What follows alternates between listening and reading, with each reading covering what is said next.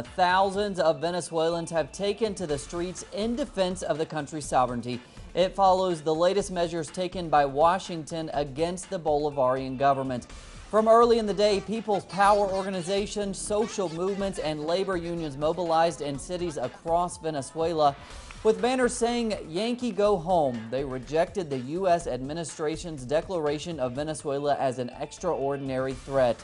They also denounced the imposition of sanctions on a number of Venezuelan officials.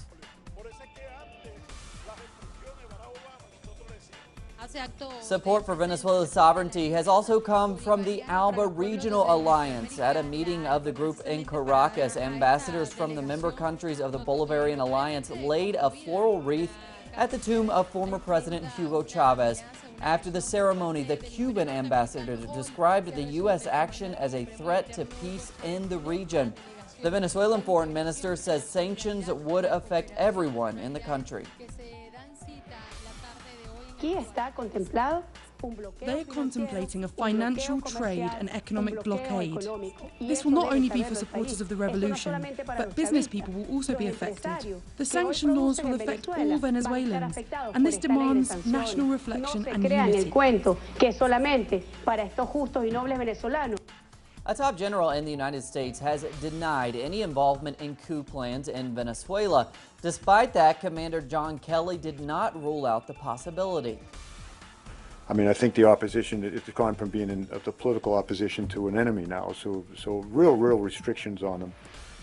Coup, you know, I don't know anyone that would want to take that mess over, but it might be that we see, whether it's at the end of his term or whatever, I wouldn't necessarily a coup, but there might be, you know,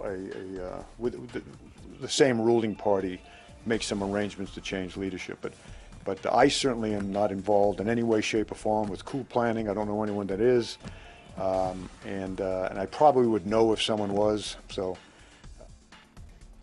The European Parliament has passed a resolution critical of Venezuela. It calls for a delegation to be sent to assess the situation in the country, quote, as soon as possible. The Parliament called on the Venezuelan government to release opposition members who were arrested for their links to violence last year.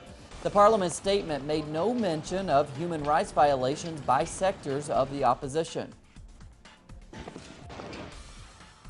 A major environmental group, Friends of the Earth Latin America, has declared its support for Venezuela in light of the U.S. government's actions.